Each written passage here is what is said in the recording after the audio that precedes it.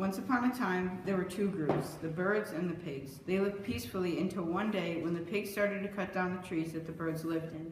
The birds were outraged. They decided that if the pigs wanted to destroy the birds' homes, the birds should rebel and destroy the pigs' homes.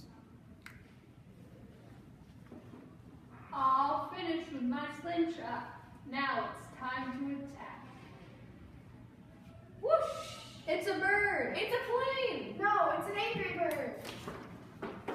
The pigs were very angry that the birds destroyed their straw house. This created even more tension between the pigs and the birds.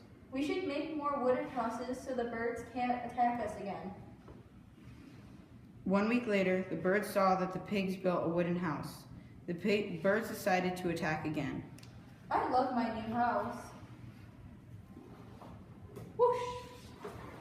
For our home! Aw, not again. Decided that they needed to make their new house out of bricks. The birds saw the house and once again decided to try and destroy the house. It was hard to make a decision on who should catapult to the house because the birds were getting very hurt. Now they can't knock down our houses. Whoosh! Oh, ow, that hurt. When the bird tried to destroy the house, the brick was too strong and stayed up.